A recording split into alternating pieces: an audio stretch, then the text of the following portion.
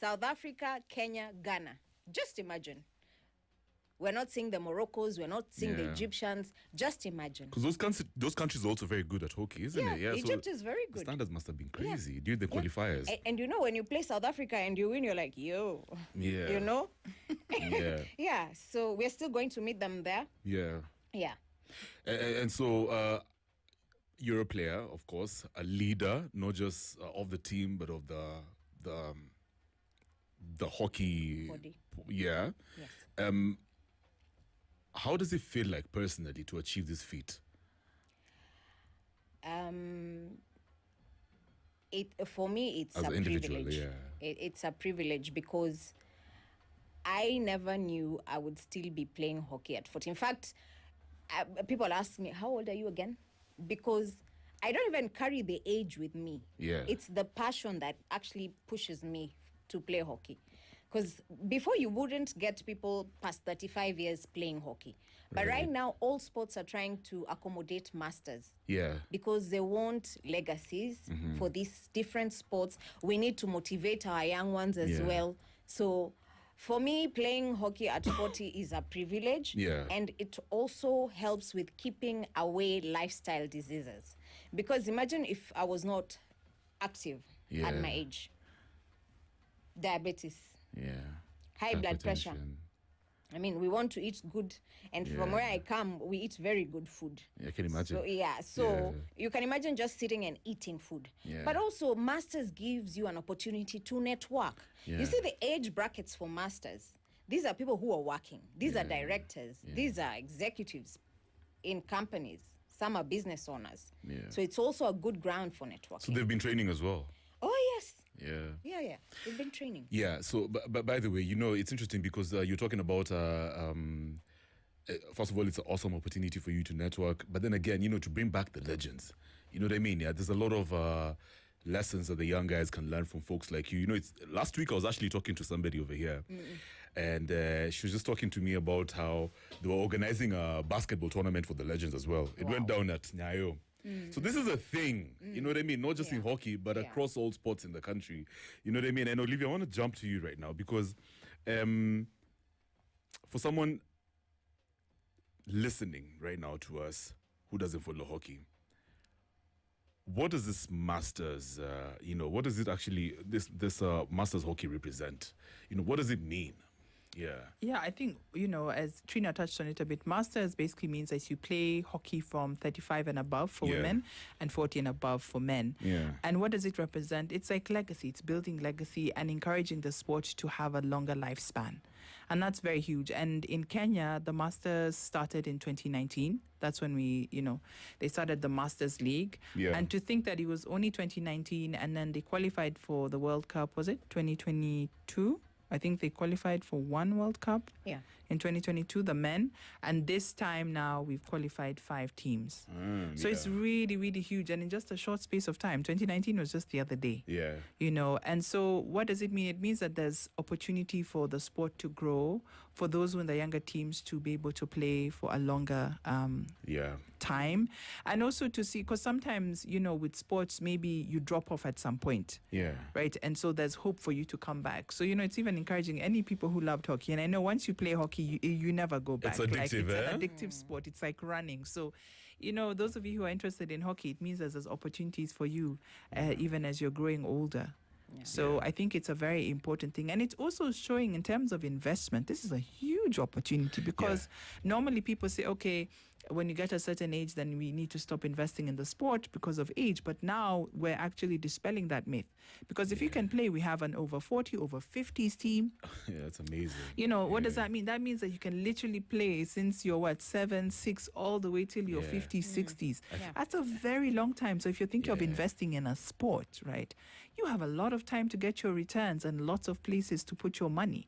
And I think when it comes to investment, you always want something that is going to live long. Yeah. Not things that you just put in and then you're like, oops, it's flaked out. Yeah. So I think it's a huge opportunity for those who are looking to invest and sponsor in sports. Hockey is a great place to be. I like how you put it, you know what I mean? Yeah, because I mean, the fact that it has so much longevity. Yes. Yeah, there's opportunities so much for corporates out there to look at it from different angles. Exactly. Yeah, for family, yes, legacy. Yes. I like that. I like that. Yeah. And then let's talk about the logistics. What does it take to actually transport? First of all, let's talk about behind the scenes, yeah? The preparation. I want to talk about that because we're talking about folks who are working, they've got family, you know, some of them are beat. Their bodies are shrinking. I'm sorry. But but it is what it is. You know what I mean? Yeah?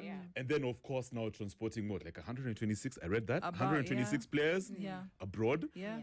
What does it take for you to actually make all these things happen? I mean, it's a lot. You know, it takes a lot of teamwork and a lot of commitment because remember the unfortunate situation we're in, I guess, in Kenya is sport is not being funded, whether it's government and some corporates are trying, but we definitely need more support. Yeah. And so if you think about transporting 126 people, not all living in Nairobi, mind you. They're all living in you know, different counties. Oh, snap, You know, so first, let's even think about coordinating training.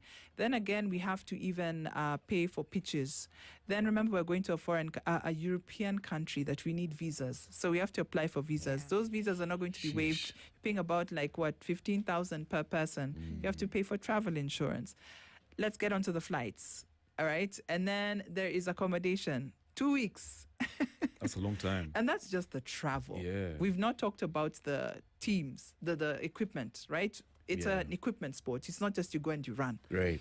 You need, you know, the sticks, the special sticks you need for the goalkeepers, equipment you need. Then we have to have uniform that is by the laws of, there's also standards that they need. The World Cup has specific standards that they have for you to have on your kit, branding, all those things. Jeez, so you can expensive. imagine the bill, and currently the bill is sitting with the players. They're the ones they're footing catering for themselves. Yes. What? Yes. You guys are ballers, huh? We wish. We wish. You know, I mean, that's not how it should be. And why it's really sad is because imagine the younger players looking at us saying, so if they have to sort for themselves, then what hope do we have? I know, right? Right? If they have already been playing this sport for all these years and they cannot be invested in, what are we telling the younger players? You know, so it's expensive, and yet we're representing the country. This is not just for fun times. We're literally taking the country globally. So I want to jump in there. We're representing the country. This is not just community. No. You know what I mean? This is this is elite level, you know? I'm reminded of the story of that guy who went to the skater. I can't remember which country he went to. And then there was mad, conversations online talking about how the Gava, literally, the Ministry of Sports, literally lingered him. They let him just cater for himself. And then he ended up winning gold.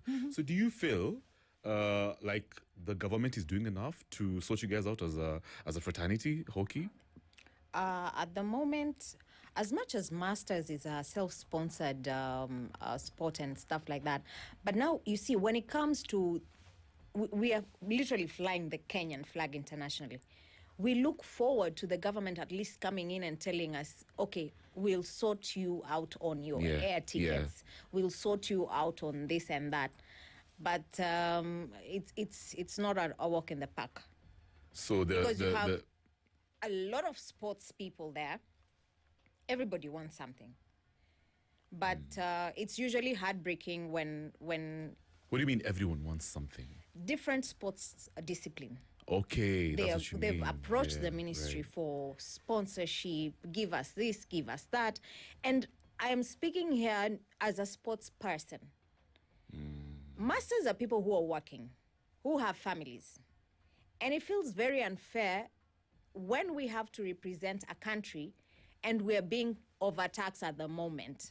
You see, I feel the Ministry of Sport honestly needs to do something. I agree. I think he's not in touch with the sports fraternity the way it should be.